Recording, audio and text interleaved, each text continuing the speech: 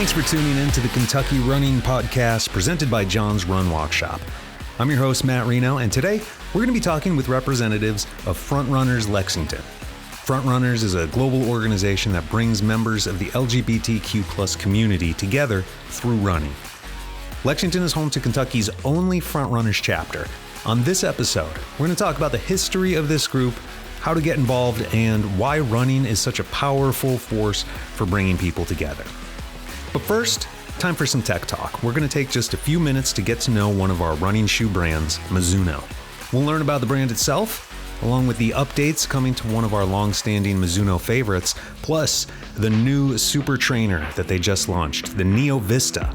If you want to try this shoe on for yourself, mark your calendar for August 8th. We'll have an event centered around the Neo Vista at Mirror Twin Brewing. It's going to be a fun one. Right now, let's learn all about Mizuno with our tech rep, Joe McLaughlin, aka Mizuno Joe. Joe, happy to have you on the show for some tech talk. How are you today? Terrific. Thanks, Matt, for having me. Excellent. Well, let's start by talking about the Mizuno brand for those who might not be familiar with it. Well, Mizuno's been around for a long, long time. We're the second oldest brand that's on your wall.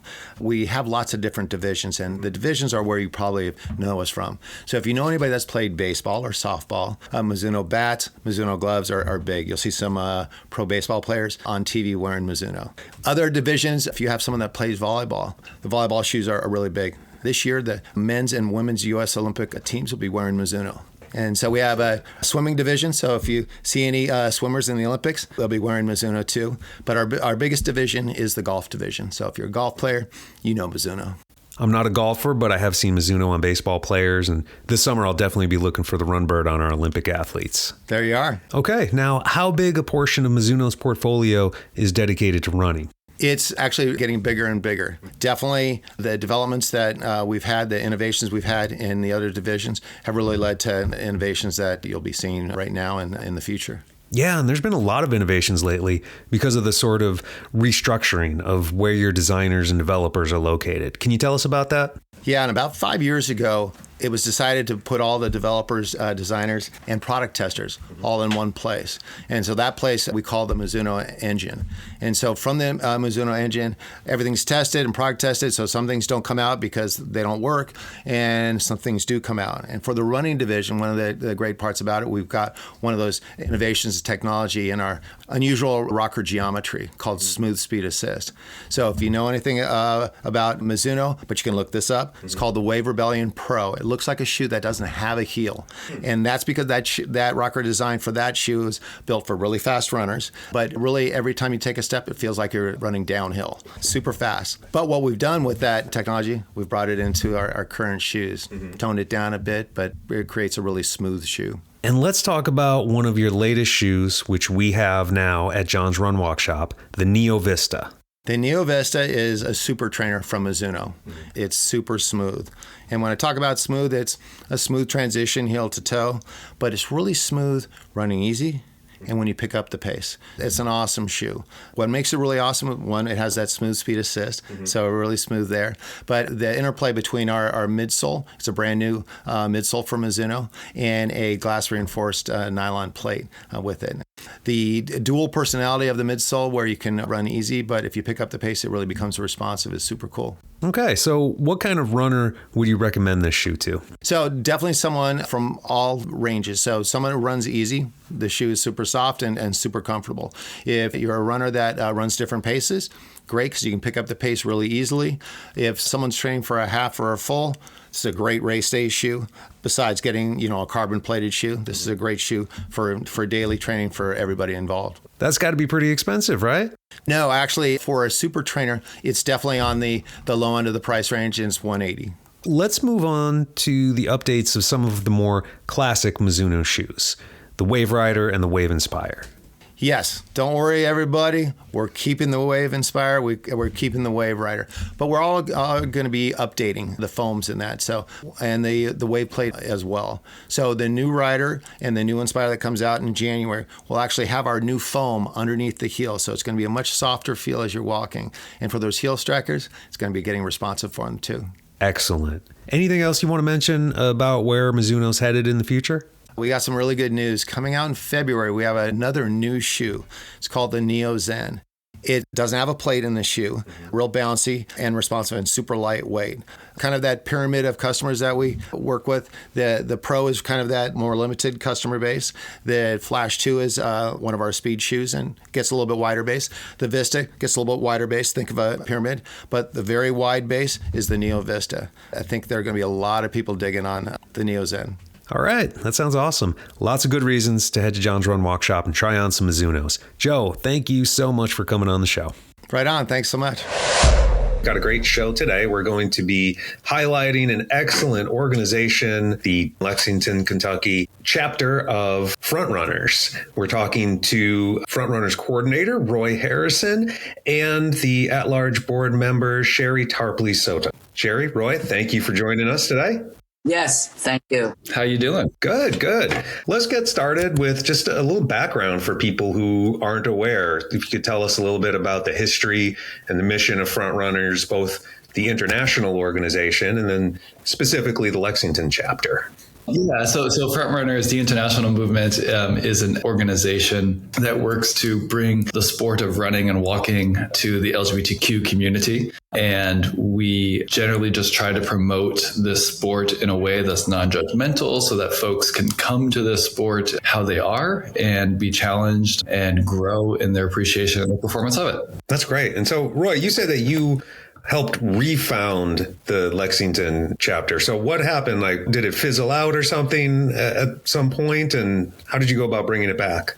You know, Sherri might have some other perspective, but my understanding is that the Lexington chapter originally was established around 1982. There is a gentleman, his name is Jeff Jones. He did a history of all things LGBTQ in Lexington, I would say like 15 years ago. He did his PhD on it, and he put together a little website that has a one-sentence statement on it that says, Frontrunners Lexington LGBTQ runners walkers met at Woodland Park and the UK Arboretum beginning in 1982. That's the only information that I have that's documented in any formal sense from that initial group, but then it's continued in various stages since then. Yeah, well, I lived in Pennsylvania, but when I would come down here, I would run with them guys, and we met at the Arboretum, and then we went to a bagel shop, and we all had camaraderie and had bagels and coffee on a Saturday morning. It was really great. Yeah, I think it did fizzle out, but I remember Ernesto Scorsoni sometime around like 2010, Keith Loven, Joey Rose, they tried to do something to bring it back, and it was at the UK Arboretum, and it lasted, I would say, a summer, but it just didn't have the staying power. But I was a part of that. And then I left Lexington and moved back to Lexington. And when I moved back in 2018, I was looking for a running group. I basically bullied my friends to join. Sherri and Belinda were part of that. And it came together because somebody had posted on LGBTQ community in Facebook saying, what do we want in Lexington that we don't currently have? And I had just moved back from Washington, D.C., which has a very active LGBTQ running club, a D.C. Frontrunners Club. And I said, let's steal that idea. So Nick Porter and I and Sherri came together, and Taylor Steele, and came together, and we built this organization. And it's been going strong since, I think, 2018 or 2019. We're talking a lot about the Lexington chapter of it, but it's global. There are Frontrunners groups all over the United States, all over the world. What is it about running you feel helps bring people together and helps strengthen the LGBTQ community? Particularly with our group, we are a very supportive group. We encourage everyone to do their best, however they define their best. So many folks in the queer space had difficulty with sports because it is coded differently in your adolescent years. So most folks are coming at running of a certain generation. Most folks are coming to running with a little bit of distance or a little bit of anxiety. They don't feel like they're athletes. So running is one of the more accessible sports. You need to have running legs and shoes, and that's really all you need. For the amount of times that I've fallen on a run, you don't really need much more. And I know a place where you can get shoes, by the way. John's has terrific shoes. you're around like-minded people and you're not afraid to go out there and run. And we have T-shirts that have big, what does it say? Big gay race team. And you know what? You go out and you wear that and you're not afraid because it's like there's a lot of other people that have it. And, it's nice to just be out there with people. Yeah, that's great. Lexington, it's a very inclusive place, but like all cities, no place is perfect. What are some of the challenges that you've had establishing and growing Frontrunners here? It's kind of like a word of mouth thing. And you just tell people, I'm hanging out with these guys on a Saturday morning and we go running. And I don't know if there's a big problem. I tell people all the time that I said, and you don't have to run, you can walk. I don't see it being a problem. And we just seem like we have a lot of people from different, like John's has that run group. Some of those people we see at different things that we do. Like the Memorial Day run, there was different people from John's that came. The challenges that we've encountered have not really been related to inclusivity or not. Generally speaking, the challenges that we encountered are no one wants to be up at 7 o'clock on a Saturday. But we are very fortunate in a weird way to reestablish just before COVID, because we had the organization begun.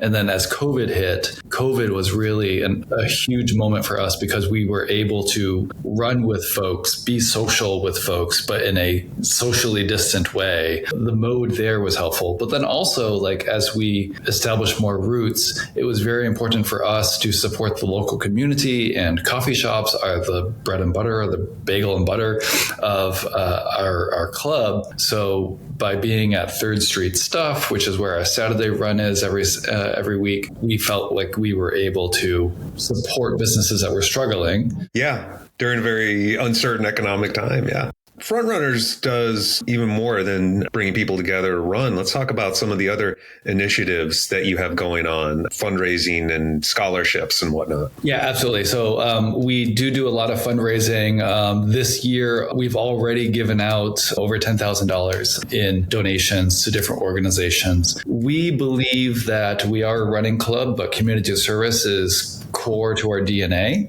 and it has allowed us to go out into the LGBT community and the supporting allied community to tell the stories of the good work that folks are doing.